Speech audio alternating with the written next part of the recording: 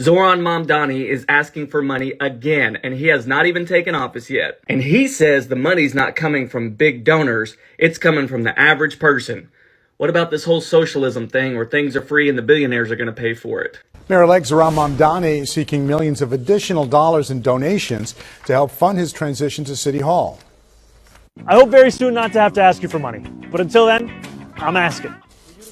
In a social media video, Mamdani said his team needs $4 million total to vet resumes, pay the transition team, and plan the inauguration and implement his agenda starting day one. So far, the transition raised $1 million with an average donation of about $80. So Ron Mamdani actually make a video asking people in New York City to donate to his campaign so that they could actually pay for his socialist policies? Did this actually happen? I honestly just love his plan for all this. He's like, hey, listen, we're going to make New York City more affordable. Just give me all your money. You guys won't believe this. Things are beginning to get worse. As you heard, the voters are already realizing that there is some type of scam going on here.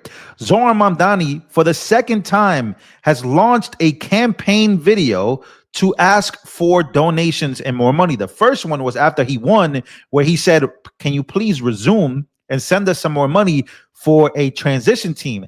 Now he is doing it again, pissing off a lot of his voters by saying, very specifically, the amount of money that he needs this time. He's being very specific in this video that I'm about to play because he launched an ad to try to get donations from a socialist asking for donations. What can possibly go wrong? Well, I got few updates. I got this one, and then I have another update. So please stick around, ladies and gentlemen. Make sure to smash the like button right now if you guys can. Let me read this before playing this video of him asking for these donations. I promise that I'm going to make everything free, he says. He gets elected. Okay, now give me $4 million. Take a look at this ad. It's been 2 weeks since we won the election. We've been pretty busy. Rejects the Democratic Socialist Zoran Mamdani. Too often, this is a time of just celebration as opposed to preparation. We want to make it both. A lot of these things are new, but one of them is pretty old, fundraising. But why are we fundraising? Well, we have less than 50 days until we take office, and we have a lot to do. We have to vet the 50,000 resumes we've received. Thank you. We have to keep paying our incredible team. Thank you. And we have to plan not just our inauguration, but our policy implementation. Now, unlike the campaign, transitions do not get public matching funds from the city. So that 8-to-1 match, gone. It's up to us to raise the money. Usually campaigns take that as an opportunity to rely on wealthy donors, but that's not us. You've already been incredible. We've raised more than $1 million in just 2 weeks. Our average donation is around $77, and more than 12,000 of you have donated so far, which is much lower than the last administration's transition. But we're still asking for your help because we need to raise $4 million in total. So January 1st can be the day we start to deliver. This is actually insane. Ladies and gentlemen, the money is coming from the actual people that voted for him because they voted for him specifically because they wanted the free stuff. They wanted the free buses. They are struggling with affordability, so they can't really come out of pocket to really pay for nothing, but he is still asking for now he's asking for 4 million. Specifically, he's also glancing that we've raised over $1 million from you, the people that I promised would get the free stuff. So someone at the end of the day is paying for this. And who is paying for this? The people that voted for him are paying for this. So what type of scam are you actually running? Let's keep listening. Not start to prepare. I hope very soon not to have to ask you for money. But until then, I'm asking for you to go to transition2025.com and give whatever you can to help build a New York that everyone can afford. This is your city, and I can't wait to get to work. No, I'm kidding. Thank you, guys. Thank you. This guy, look, I'm a real New Yorker, bro. Been in New York my whole entire life. I just know this. And it's crazy because a lot of the people that voted for him aren't even from New York for real. It's a lot of new voters, a lot of people that just been living here for about 4 or 5 years. They're not really people that really been through the pain and the struggle. So I'm not saying that what we've had has been great and what's going on is great, but I'm also not going to say that this guy I'm excited about. I'm just not. And especially asking for donations after, promising the free stuff, it's pretty out of hand. Let me read this real quick. I saw this and I thought it was very interesting. Let me read this for you guys. So New York City elects Zoran Mamdani.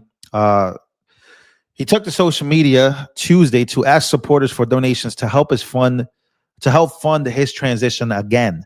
Mamdani said that so far that his campaign has raised $1 million to cover transition expenses, but they need $4 million. Oh man, you got to be kidding me. Unlike during the campaign, transitions do not receive public matching fees. He says, we have less than 50 days until we take office, and we have to do a lot, he says. Mamdani said in the video, right? New York City voted for this. Now you got to deal with it. Unfortunately, we tried to warn you. He is already asking for money. I went to school with the mayor of a nearby town near me, and he not one single time asked people for a dime. Something is seriously off with this Mamdani fraud. But here's the thing. A lot of these things that he is promising, he's got to get through them. He's got to get through the governor. He's got to get through the assembly. He's got to get through New York City lawmakers. He's got to get through all of this. So all of this money, yes, is coming from the pocket of the people, not from rich, wealthy donors, he says. But when you do the math, we have done the exact math. And when you look at it, Mamdani's donations do come from billionaires. In fact, there is a crazy amount of proof from Sam Antar, who is an investigative journalist. And he links all of this to George Soros, right? He links, and by the way, this is a lengthy, and I mean lengthy expose, but he shows, the connections and the ties. So George Soros Foundation to promote open society, ties to foundation, all the foundations, everything, and I mean everything leading up to mayoral candidate Zoran Mamdani. So New York City Committee for Change, Jewish Voice for Peace Action, all this money is being run through. And he is showing all the connections, starting from George Soros to the Open Society Fund, Open Society Action Fund, all these funds, boom, boom, boom, boom. Everything is just like being tied, going through the realm like a train, right? Like multiple trains, a system, and then it all leads here. All 6 endorsed, the Working Families Party, all this money equals here. So he says that a lot of this money to win, or a lot of his money isn't coming from wealthy donors. Well, we know where it's coming from. It's coming from the Working Families Party. It came from at that time when he was running. It came from the Open Society Foundation, or at least foundations that are, again, funded by this primary foundation when you track the money, which is what Sam Antar did. So again, you can't lie to the American people or people of New York City. So Sam Antar, again, investigation on how George Soros' tax-exempt syndicate laundered charitable donations into political support and ground operations for Zoran Mamdani. This is why people call for George Soros to be kicked out of politics. How is he not kicked out of donating, or his companies, or his nonprofits or his foundations do not get banned? But he has all the proof. Sam Antar. When sophisticated political operatives with expert legal counsel openly describe themselves as coordinating partners in public reports while simultaneously filing IRS forms denying any coordination, you're not looking at mistakes. You're looking at a systematic fraud. The smoking guns are the Working Families Party, Sam Antar says. November 2022, memo openly admits coordinating independent expenditures and political activities that are legally required. And again, so he has all this proof. I can drop a link for you guys. Sam E. Antar is his name. And again, laundering operation coming from the George Soros Foundation to promote open society. This is some wild information to come out. So if you're a regular voter and you're reading through all of this, the industrial scale conversion, how the money gets converted, how the money gets pushed through, he just breaks this down so beautifully for a lot of people that might not understand how this stuff works through the IRS as well. So yeah, Channel 7, New York Communities for Change.